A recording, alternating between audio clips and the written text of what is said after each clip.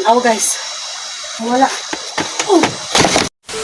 Welcome back po sa ating YouTube channel. Nagbabalik po si Luz Adventure.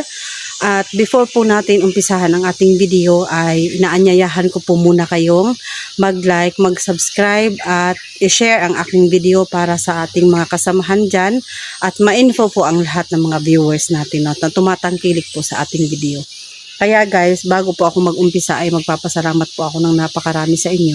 So ayan po, ang akin pong pagbibideo ngayon ay inahanap ko po si SG at yung mga kasamahan ko, no, si Dax, si In The Adventure, no, sa lahat po ng mga vlogger, ng mga hunters, ng mga kasamahan ko dito sa bundok, hinahanap ko po sila. At ako naman po ay syempre dahil nga medyo matagal-tagal akong bago bumalik at mga ilang linggo bago pa ako nakabalik. Syempre nagkakahiwa-hiwalay talaga kami at syempre hindi ko na alam kung saan sila hahanapin. Pero syempre sa akin pong paghahanap ngayon guys ay mayroon akong natagpuang bahay. Dahil nga syempre ang mission naman natin ay tumulong. So mayroon akong natagpuang bahay na alam ko talaga na mayroon siyang nagkukundi na yung kanyang espiritu, no. Nagkukundi na yung kanyang kaluluwa, hindi matahimik. Hindi ko lang alam kung anong purpose niya. Kasi tayong mga hunters guys, kami, no? Kaming mga hunters. Kapag sa bundok, mayroon kaming nararanasan ng mga ganito, nagpaparamdam sa amin. O kahit naman sa inyo, sa mga sarili ninyo, i-apply ninyo yung mga ganyan. Kapag sa inyo, mayroon nagpaparamdam, ibig sabihin, nanghihingi po yan sila ng tulong. Hindi mo po sila matatalikuran kasi nga nagpaparamdam sila sa inyo. Kaya kailangan natin silang tulungan. At tukuyin natin kung ano talaga yung kanilang mga nararanasan at hinanaing, no, kung bakit sila nagkakaganyan. Kailangan natin silang tulungan, kausapin natin sila. So ngayon guys, pupuntahan natin yung bahay ulit. Andito ko ngayon, ayan. Pupuntahan natin muli yung bahay kung saan kahapon ay misteryoso talaga dahil nga kahapon syempre panghawa ko sa bote na gumagalaw, nawawala. Hindi na makita sa camera pero talagang nawala siya paghawa kong ganun. Pagdampot ko naman ng baril ko dahil pupulutin ko dahil nga itinapon ako palabas kahapon eh. Hindi lang din na makita sa video guys kasi nga nandun yung video ko doon sa malayo. Tsaka yung video ko nakalagay doon sa medyo natakpan siya ng damo. Kaya ang nangyari, hindi nyo ako masyadong nakita. Tinapon ako kahapon, no? Parang may lumagapak sa katawan ko na bigla na lang akong natilapon sa may pintuan. Pagtapon ko lang sa may pinto is yung baril ko natapon din. Pagkatapos sinundan ako ng para bang alam niyo yung sigbin ko dati guys na pagka umatake, yung ganun yung yung eksena, no. Ganun yung eksena na para kang inatake na hindi mo nakikita. Pero dahil nga hindi ko nakikita yung kalabang ko, ay kahapon nakikita nyo daklit na trinay kong ipakita sa inyo yung aking diamond, no. At sa wakas ay nasa akin pa yung diamond ko. So sa tulong po ng diamond ngayon at ang abay ko, yung abay ko po, umuwi ako kahapon guys at nagpunta po ako sa pwesto kung saan hindi ko na po pinakita yung camera, no. Hindi na po tayo nagbibideo kahapon dahil nga malakas masyado yung ulan at parang may bagyo nga. Syempre pinuntahan ko po yung kung saan yung abay ko ay kailangan kong tawag dito yung hurim-hurim ba, no. Kailangan ko siyang ibalik para sa tulong ko sa mahimong gabay ko, no. Dahil nga alam nyo naman po na kahit na commander pa ako dati, meron na po akong abay.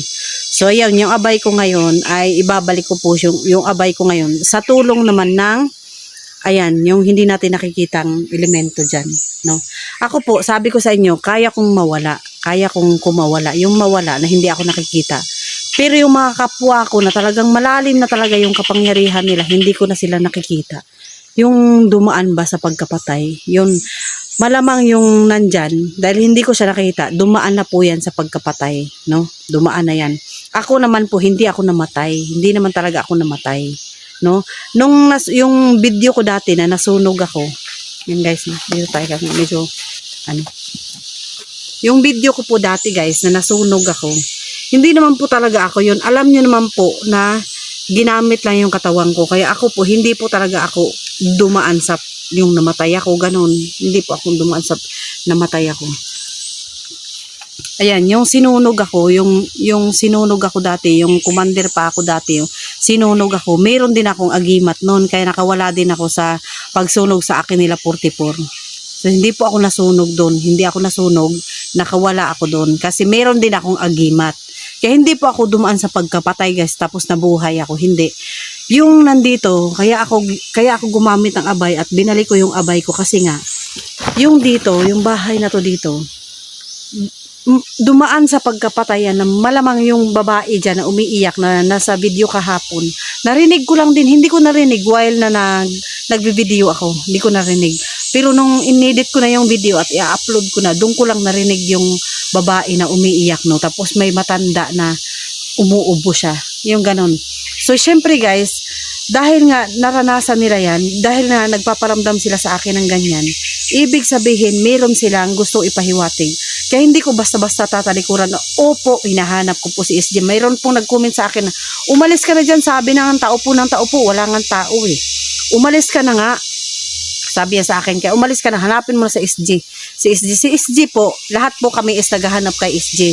Lahat po kami nakahandang tumulong. Pero hindi po natin may iwasan na sa pagpunta po natin ng bundok ay mayroon po tayong makakasalamuha na mga problema.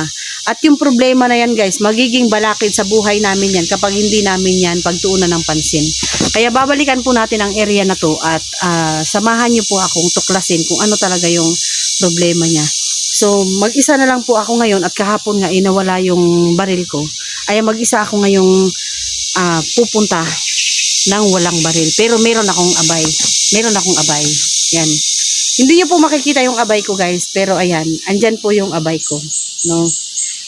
Mamaya, pag punta natin doon mamaya sa doon sa may bahay, ang gusto ko sana dito tayo dumaan sa may banda rito. Tapos ikaw, puntahan mo yung bahay. Gusto ko pasukin mo yung bahay.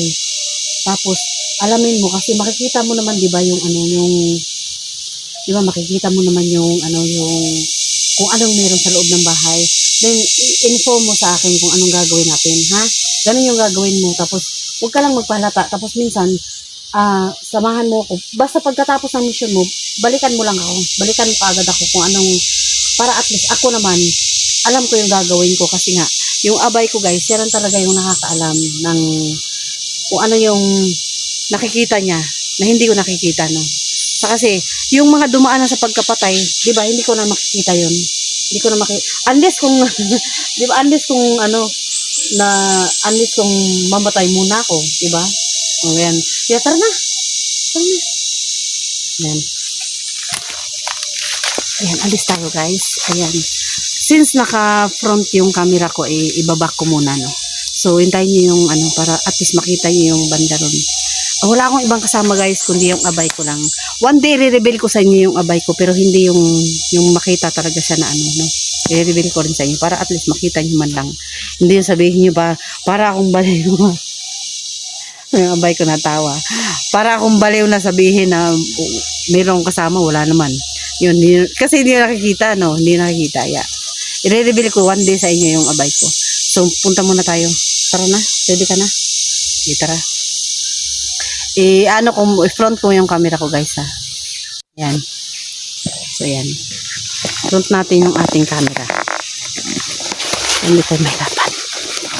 So, syempre, dahil nga, malapit na tayo dito sa area. Ay, yan.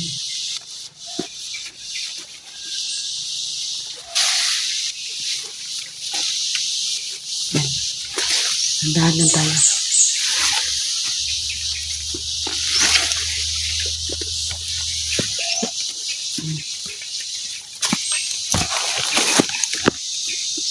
Bay.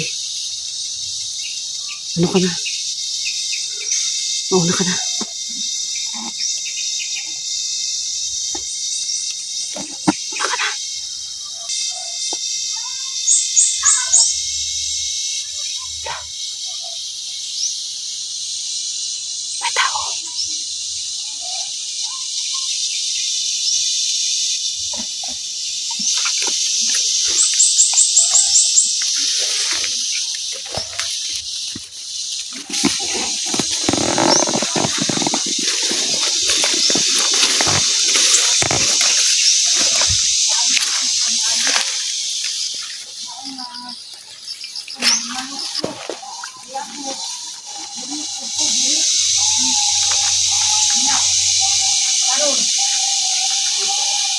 ang palag sa akong bana kabalo ko. Dili. Ay manimutang. Niya. Di manimutang ang palag sa akong bana. Kundi na rin tungod sa ilang dibuhat. Maong ako manimalok ko. Natay ko po nila pero nabuhi ko kaya ako'y agimat. Sigoon, nag-agimat ito. Tagaan kong agimat. Maong nabuhi ka karon. Manimalok ko. Manimalok yun ko ron. Niputay mo ba ako? Asa mong kagi? Kuwan, labay na ko. Gilabay ko nila sa kanal. Wala galing mga paano dun mo. Labay ko nila dyan sa kanal.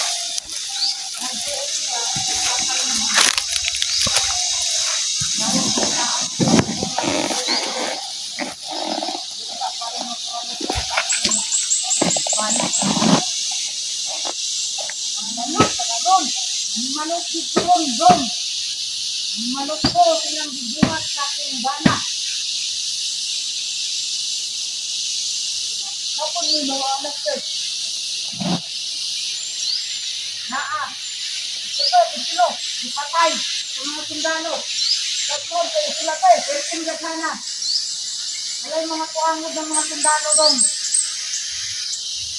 Wala sila mga kuangod. Ang ako manimalok ko karon. Kailang bibuhat sa aking bana. Bye! Dapat lang! Bye! Bigla dapat akong buhatin. Nagsama sila na patay sa aking bana. Lolo na sila. Buhot ko. Utusan natin yung abay. Utusan natin yung abay na pumasok sa akin. Tingnan natin kung nagsasalita lang ba talaga. Pero talagang tao mo kaya yung abay natin guys kasi kaya niyang mawala nang hindi nakikita. So yan, utusan natin. Malok, malok ko ron. Tabang kung pinimalok. Hindi doon. Laman kayo doon. Ha? Oh, okay lang. Bisa ko sa'yo. Ito naman ay usay ka naman. Lakaw naman sa man pa lang ha. Ato. Ako bana. Ako mahatin sa ilahan. Dapat lang dun ka manimalok.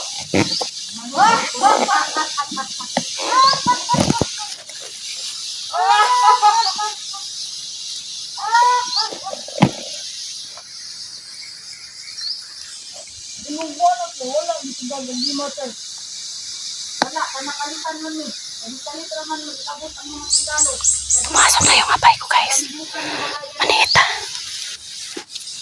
Kalitan yun. Ang gagawin, igbayad sir. Wala ganawan yun.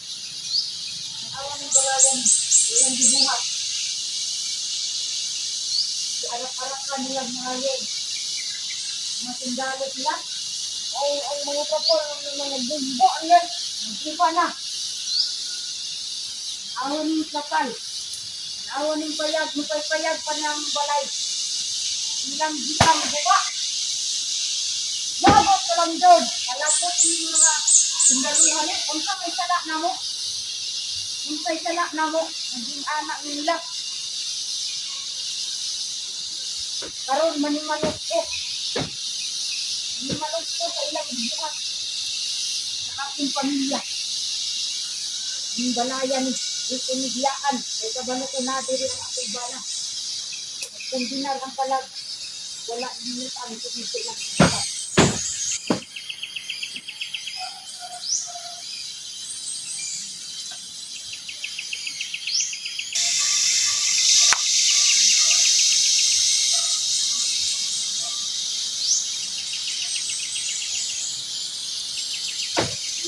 Oh! May tao dun. Meron ako naramdaman. No? Meron ako naramdaman. May tao. Sino yun?